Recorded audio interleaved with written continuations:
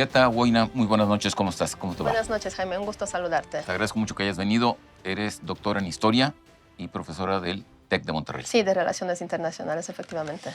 Bueno, hablando de relaciones internacionales, este año en América Latina ha sido un año muy turbulento. Está el movimiento que ocurrió en Ecuador y simultáneamente o posteriormente han ocurrido otra serie de movimientos. Bueno, Chile es un caso muy notable. Resulta que Colombia ahora también está en este proceso. Entonces, bueno, las cosas se movieron. Y bueno, uno se pregunta desde el exterior si hay algún punto en común en estos movimientos o son verdaderamente totalmente diferentes. Mira, efectivamente, después de, yo diría, varios años de cierta calma en América Latina, estamos observando desde hace algunos meses pues, ese resurgimiento de movimientos sociales que se manifiestan sobre todo pues, en la presencia de grandes manifestaciones sociales, a veces más, a veces menos violentas, manifestaciones que a veces pueden durar varias semanas o varios meses incluso, y pueden conducir a cambios importantes incluso en los gobiernos, como es el caso de Bolivia, por ejemplo. ¿Cuál es la razón? Yo creo que hay una razón fundamental, que la conocemos en caso de América Latina desde hace muchísimas décadas, varios problemas no resueltos en esta región. Empezando con la inseguridad, la corrupción, la desigualdad social, que es quizás lo fundamental. Pero ahí tendrías el caso de Chile, que sería excepcional. Sí, eso sería excepcional, pero a todo eso, o sea, ese descontento social que surge pues, de las desigualdades, de las expectativas no cumplidas por varios gobiernos, pues se suma el tema tecnológico, que facilita mucho la movilización social. ¿Te refieres a las redes? Sí, las redes básicamente han ayudado muchísimo en ese contexto y ya lo hemos visto sobre todo en el año 2012 en las revoluciones, en la primavera árabe, en África del Norte, Próximo Oriente, cuando a través de las redes se han movilizado las sociedades. Fue por primera vez cuando nos dimos cuenta del poder de las redes. Y a lo largo de estos años, a partir de 2012, estamos presenciando pues, diferentes movimientos sociales en diferentes partes del mundo, no es solamente América Latina.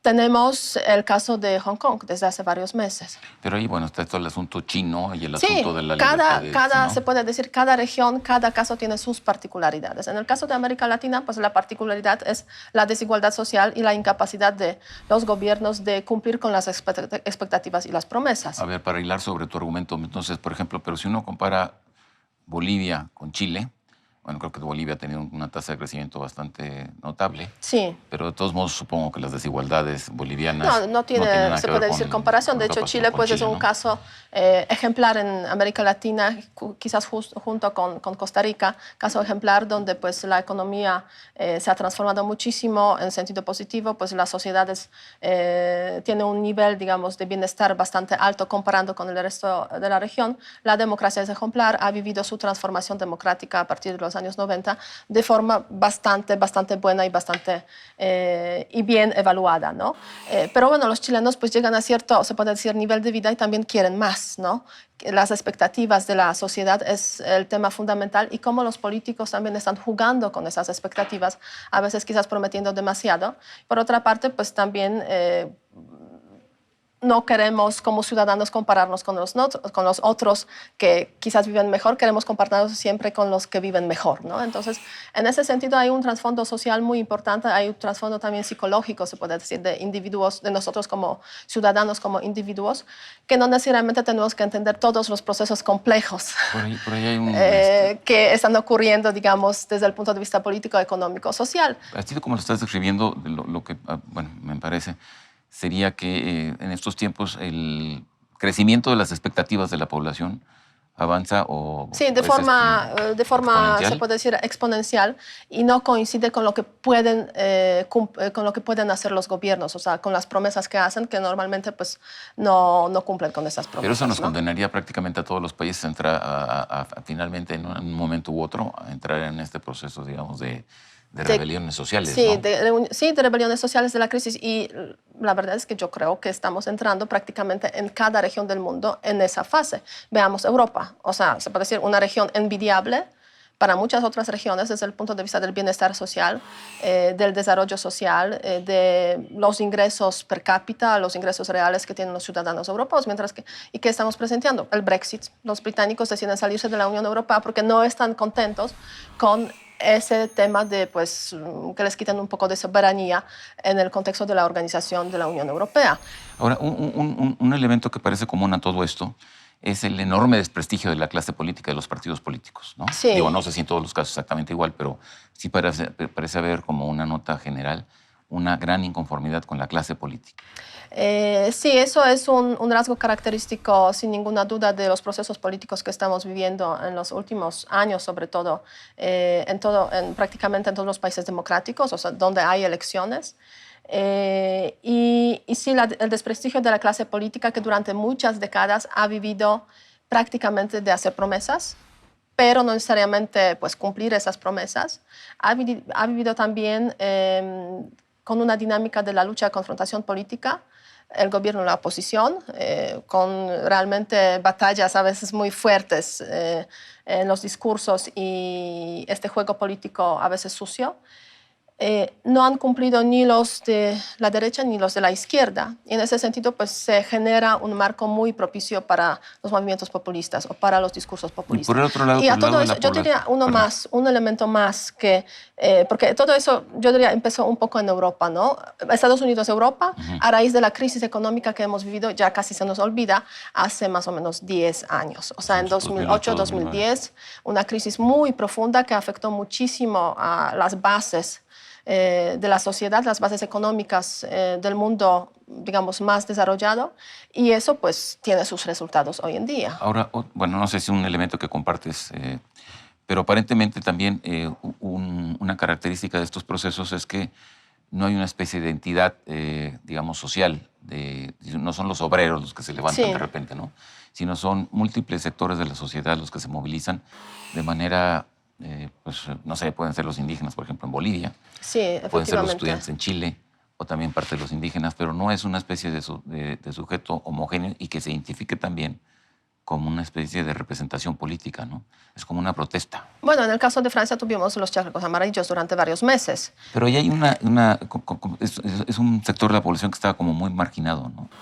Parcialmente, yo diría que es como una clase media que no llega a, digamos, a acumular un poquitín más de riqueza, pero tampoco está en la pobreza. Pero es una clase media que tiene que sobrevivir con ciertas dificultades, porque, bueno, tiene sus hipotecas, la energía es cara, tienen grandes expectativas también. Entonces, sí, efectivamente, no hay un rasgo característico que homogeneizaría a todos esos movimientos, y mucho depende prácticamente del contexto, digamos, regional o contexto local.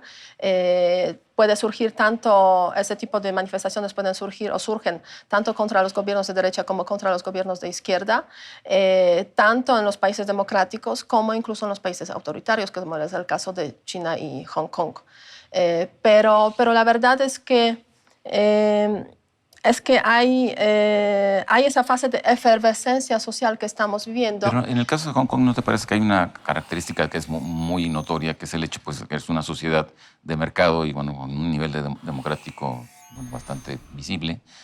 Y pues la llegada de China es justamente... Sí, es contra la imposición, esto, ¿no? digamos, contra la eliminación de las libertades que pues han ganado. Sí, es cierto. Demanda autonomía democrática, digamos. Es cierto, o sea, en ese sentido, pues el objetivo es bien diferente de lo que pues pretenden, lo que quieren alcanzar los hongkongueses, de los objetivos que tienen los chilenos, que básicamente pues quieren tener más libertad en los temas económicos, o mejor dicho, en el contexto económico chileno quieren tener como más protección, ¿no? O sea, en temas de seguridad social, por ejemplo, sí. Mientras que en el caso de Bolivia, pues una protesta que surge pues contra el gobierno de Evo Morales y las elecciones fraudulentas que se han hecho. A ver, quiero tu opinión sobre un tema. Sobre todo respecto del caso de Chile, que era, bueno, pues no sé, la estrella luminosa, digamos, de los procesos de modernización y del neoliberalismo, entre comillas. Se ha dicho mucho que esto es justamente la demostración de que este modelo verdaderamente no sirve y que el origen y el problema fundamental de esto es la desigualdad social. Y que entonces esta desigualdad social se convierte realmente en el motor de esta protesta. Pero, ¿es esto racional? Porque una sociedad puede ser muy igualitaria y muy pobre, ¿no? Y una sociedad puede ser muy desigual y no pobre. Bueno, y el caso de China lo ejemplifica clarísimamente, ¿no? Es una sociedad bastante desigual, pero ha sacado de la pobreza Sí, a millones y a 500 cientos de millones, ¿no?, de ciudadanos, chinos. sí. Entonces, esta idea de que la desigualdad es el motor, ¿te parece una idea sensata? No, la verdad es que la desigualdad no cabe duda que genera pues muchas tensiones en la sociedad. O ¿Pero sea, qué quiere decir desigualdad? ¿Qué es desigualdad? Que hay muchos ricos. Hay pocos ricos y muchos pobres, que hay una brecha grande entre grupos sociales. Y yo creo que el tema fundamental en la desigualdad es la capacidad de movilidad social. O sea, hasta qué punto los que están más abajo pueden, digamos, pueden tener esa movilización, esa movilidad social para, pues, a través de su trabajo, de los méritos, pues, avanzar y progresar, ¿no? Pero eso es otro tipo de desigualdad social, porque dentro de esa desigualdad puede haber diferentes niveles y la movilidad, digamos, entre los sectores más bajos, Sí. clases medias, puede ser flexible o puede ser inflexible, ¿no? Mira, yo vengo de un país, de Polonia, un país en su momento comunista, y en el comunismo sí se generó una sociedad muy igualitaria, con pocos grupos, se puede decir, de poder relacionados con el Partido Comunista. Todos éramos iguales en la pobreza, bastante buena educación, pero sí, básicamente, igualdad en cuanto a la pobreza. Cuando se da la transición democrática, yo creo que eso es uno de los elementos positivos del socialismo, o sea, generó una sociedad muy igualitaria. Pero cuando se da la transición democrática, empieza el proceso de pues, construcción de esta economía de mercado, llega el capitalismo, pues hay una gran movilidad social. Los que estaban abajo, a través de sus méritos y buena educación, podían llegar a ser primeros ministros, podían llegar a formar parte del cuerpo diplomático, podían llegar a pues, convertirse en empresarios, ¿no? Ya. Eso es a lo que yo me refiero cuando... Pero entonces fíjate que ahí tendrías el fenómeno inverso, o sea, tendrías más desigualdad, pero al mismo tiempo más movilidad, ¿no? El tema clave es la movilidad social, ¿no? Entonces, la desigualdad es una base y se puede decir, nutriendo mutuamente esa desigualdad y la falta de movilidad Se social. nos acabó el tiempo y además te invito para que nos hagas un análisis de eso detenidamente del caso de Polonia, por Sí. ejemplo, del socialismo real. Pero... O sea, si el neoliberalismo fracasó a través del modelo chileno, probablemente no. Fracasó Venezuela, o sea, ¿qué